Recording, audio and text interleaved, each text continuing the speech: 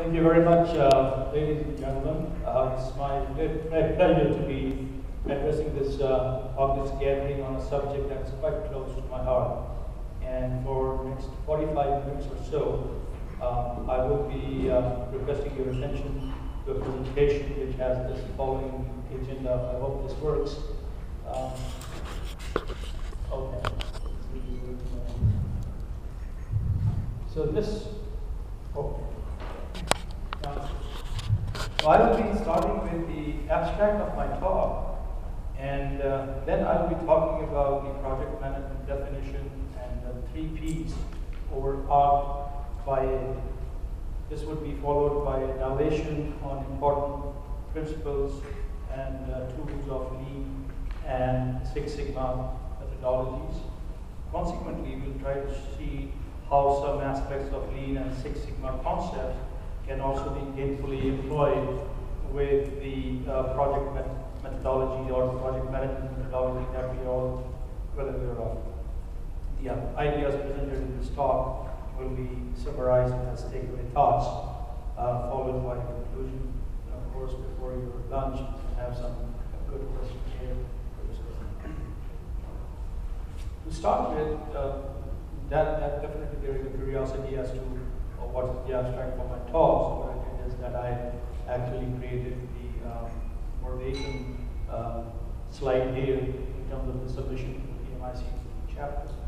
And this is the abstract that says that Lean management offers a possible answers to the question of eliminating waste and freeing up time to show the real importance of good project management.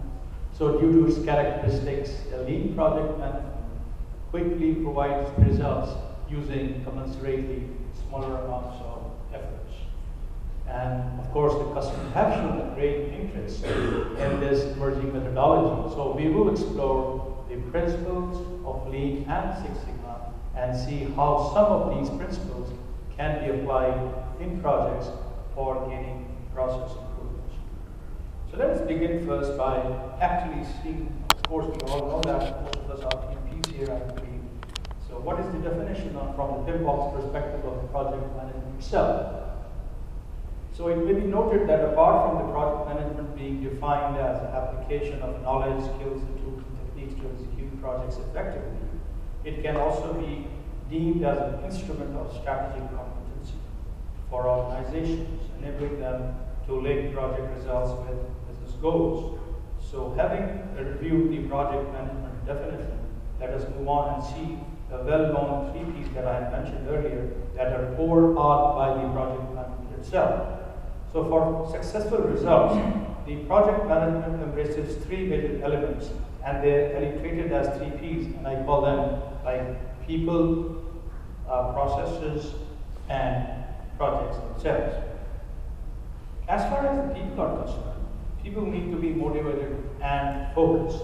So communications is the key, and teams have to be empowered, engaged, and educated.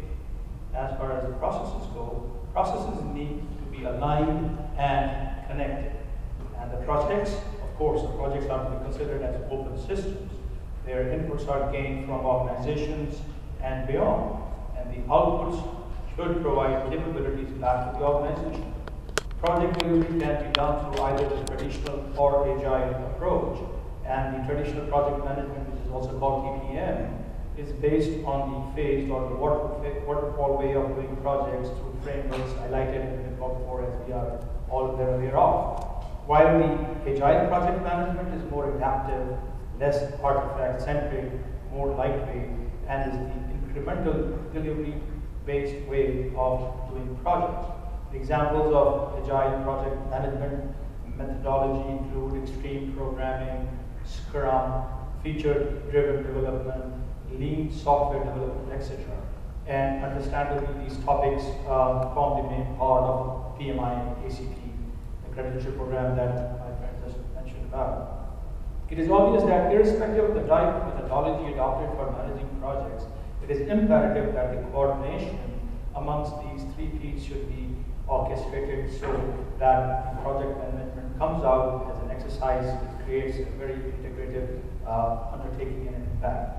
Obviously, the projects are important endeavors for bringing value both for organizations as well as customers and are pivotal agents for change, as depicted in the next slide.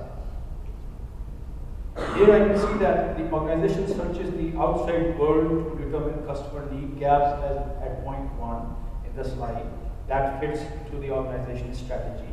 The organization then designs products, goods, services that meet all or part of the customer's need gaps, which are shown as a green arrow, and then the organization works to obtain customer orders and delivers it to the its products, as shown in the blue arrow there. And inside the organization itself, of course, there's the execution, and people encounter what they perceive as shortcomings and generate internal need gaps, like shown at point 3 in the slide.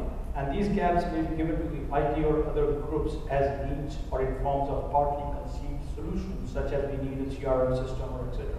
So eventually a project may be defined and approved to deliver a solution that closes these gaps. That can be at point 4. So there may be many of the needs circulating within an organization at any time. Some may be large endeavors, while others may just be smaller ones. But anyway, all these are changes which happen. And thus, the process of shaping these needs into project definitions, and typically how we can see that the project can take on the role of an agent for change. So having briefly talked of the project and project management methodology, so let us move on now to the world of lean management. However, before we actually leap into the lean management, it is just a little slide here for a lighter moment, showing you about what can happen if the lean is missing in the process. So coming back to how and why of lean, the word lean to me means less of. Thus, application of lean methodology aims to reduce and have less of. Some of these elements I am showing here, like less of costs, less of time, less of waste, suppliers, defects, inventory, efforts, and so on. So through lean management, an enterprise can realize salutary benefits for itself and its customers both. So now we had Alex as a speaker earlier, and he mentioned that some people have defined lean as something to do with the Toyota production system. Right? So this is the Toyota production system. So what is this mystery? This is this house of TPS which is called. So let us have a look at that. So Toyota production system actually was built first in somewhere around early, but the first model house was depicted in Toyota 2's like JIT, which is quite a well-known thing like just in time or built in quality, which is now called in the Japanese version, the Jidoka, and of course the highly motivated people. And all this stands on foundation of operational stability and Kazim, bolstered by visual management and standardized work. So just in time is probably the most well-known pillar of TPS house, as you can see. And JIT means making only what is needed, when it is needed, and amount needed, no more and no less. And Jidoka means that the quality must be built in at the source. Quality cannot be inspected in, as all of you know. So when predicting or practicing Jidoka, defects never pass to the next step in the process. So a detailed dilation on all these elements of TPS will be beyond the scope of this presentation. But let me still focus on some key concepts of TPS and that drive the lean management. So what are the key concepts here? Well, lean believes in maintaining an unrelenting focus on providing customer value. It encourages adopting a philosophy of continuous incremental improvement. It aims at providing exactly what's needed at the right time based on customer demand. Also, the main areas that lean deals with can be expressed in 3 Japanese words that can be alliterated to 3 M's. And I'm showing them right here. M, muda, waste, means that we eliminate waste and keep things moving in a value-added and an effective manner. The next M is mura. It implies variation, which means that we should be reducing variations through the lean techniques. And the last one is muru. It's about respecting people and not overwhelming them or being unreasonable in their handling. So these three M's are important in Lean. And overall, Lean believes in taking the long-term view and creating a culture. I think again, there was a mention of culture in our first presentation that we did when we listened to Alex at the time. So talking of Lean culture, so let us take a look at some major traits of this culture. So the Lean culture imbibes the following traits. Activities are looked at as processes and considered in terms of customer value. Secondly, the non-value-added steps in Lean culture are deemed wasteful and are eliminated, thus decreasing the cost of work and reducing the time to produce. Thirdly, standardized work helps fight penury or variation. And so going on forward, the regular communications also is facilitated in a Lean culture using explicit instruments like value stream maps, process flow diagrams, graphical analysis, and meetings in work area, etc. So people are encouraged to take on new roles in a Lean culture, and tasks to be completed are given with more contributions. People are involved in embracing and learning and sharing of knowledge. In Lean culture, people contribute towards ideas for improvement and hold Kaizen events to brainstorm for eliminating waste and effecting improvements through the PDCA, which I'll mention a bit later. And also the Lean culture believes that the business should build long-lasting relationships with its employees, suppliers, providers, and customers. So having seen the traits of Lean culture, I will now review the 5 core principles of Lean. Obviously, you might get confused, what we just saw, the 8 principles of Lean, but I'm mentioning the 5 core principles of Lean within those 8. So, these 5 principles are, the first one is the value. To start with, we must understand the customer value. Second principle is value stream. The analysis of the value stream helps to understand how the process steps are set to deliver the value to customer. The third principle is flow. Maintaining flow within processes is important, and it can be improved by removal of waste from steps of value stream. The fourth principle is pull. In Lean approach, we let the customer pull the value through the system rather than using the push approach ourselves. And the fifth principle is perfection. We strive for perfection through continuous improvement. So while talking of the Lean principles, it would be in order to mention about the Lean software development principles too, which find some special interest for colleagues who are involved with software development projects, and these are shown here on my next slide. These are Lean Agile software principles like elimination of waste, bringing integrity in, deferring commitment, delivering fast, improving the system in an overall manner, and respect of people and creating the knowledge.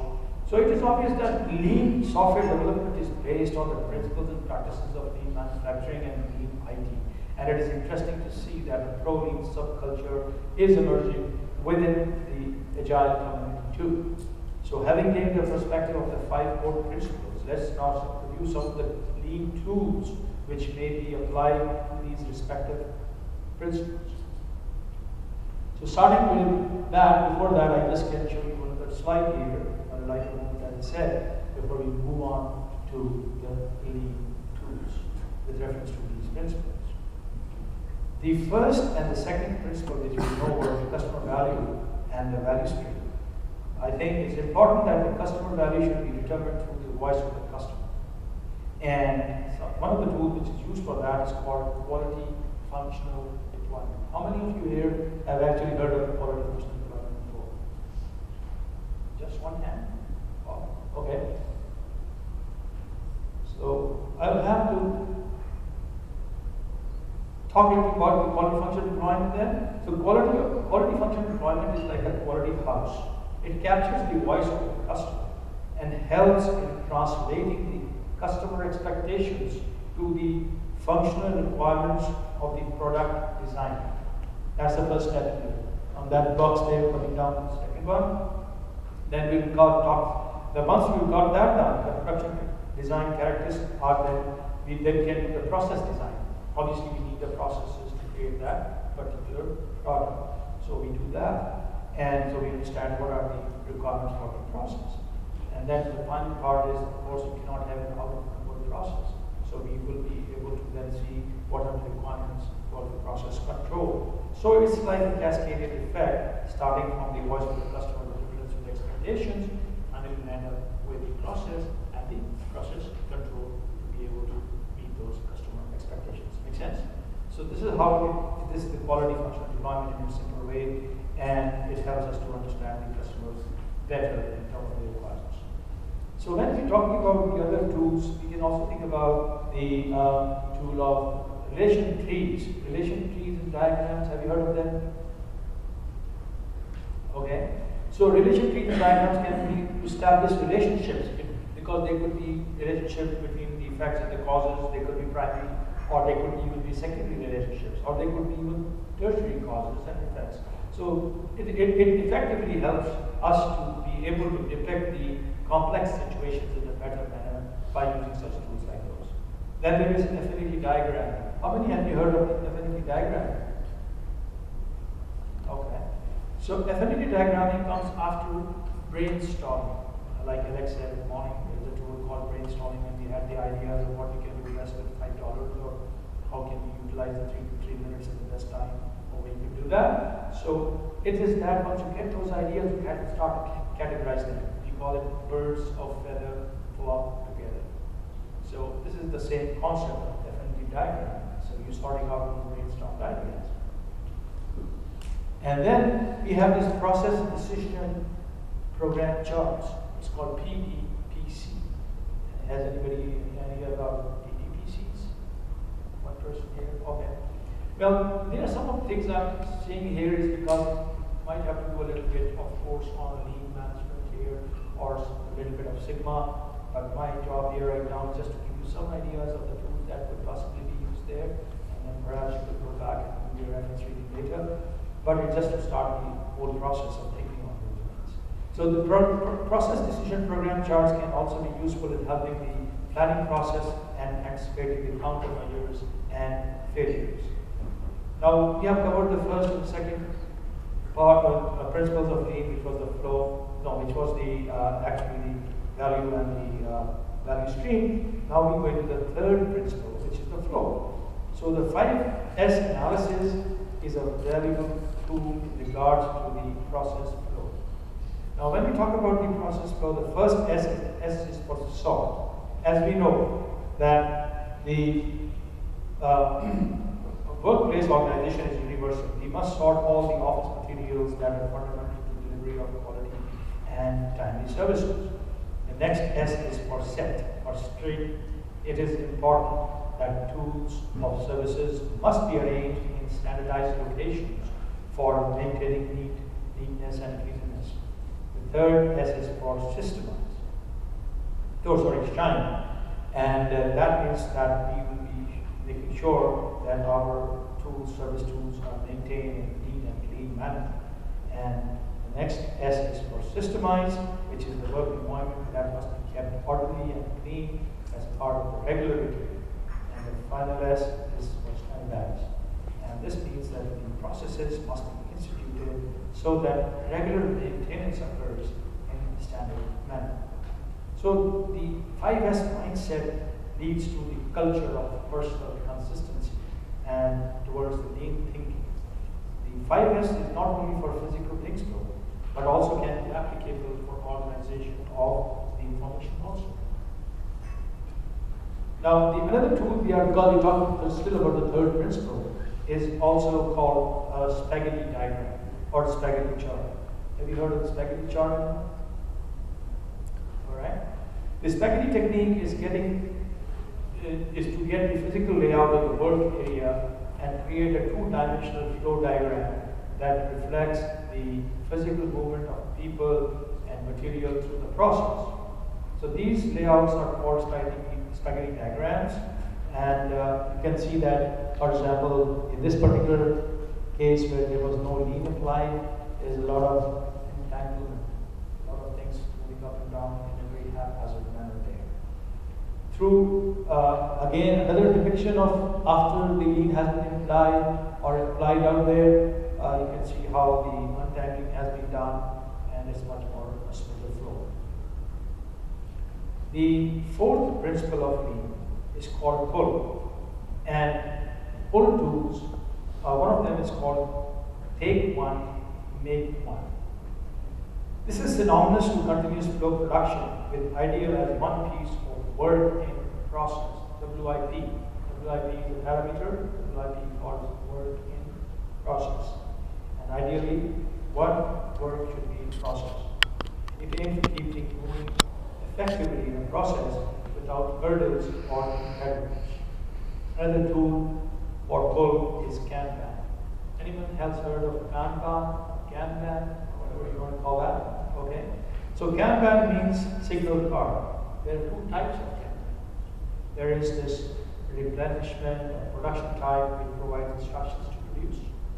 And there is another one which is withdrawal type and prompts delivery systems of materials. Very simple example of Kanban could be in a Walmart. When you were checking out with your goods, there is actually a signal being produced at the back end of the supply chain so that the replenishment can take place for the stocks that have been taken out. So for achieving perfection, the fifth principle of lean can be seen as to be perfection itself, obviously. And for that, the tools that you can use are quite a number of them, but for example, end-ons. End-ons are visual systems which assist in alerting people of problems at specific place in a process. Then there are pictograms which provide a quick way to see where defects are occurring and help identify defect patterns visually for corrective or preventive actions. And then there are 5 whys. That means you can keep asking questions, why, to get down to the root cause of the problem. And of course, you all probably know about the 7 traditional tools, and those are the 7 quality traditional tools which are also part of the tools for perfection here in lean. And those tools are just shown on the slide here just for a recap. And we are quite aware of some of them like branch chart, control charts, scatter plots, cosmic diagrams, and Pareto histograms, and flowcharts. So since quest to perfection also involves something to do with the process itself, so we should also see some of the process improvement tools which are used in lean methodology. One of the process tools which are used in quite used in lean methodology is value stream mapping, and it is done to achieve the process improvement. The current and the future VSMs, value stream maps, can be charted, and box scores are created, indicating some of the key metrics like start time, cycle time, value-added time, or non-value-added times.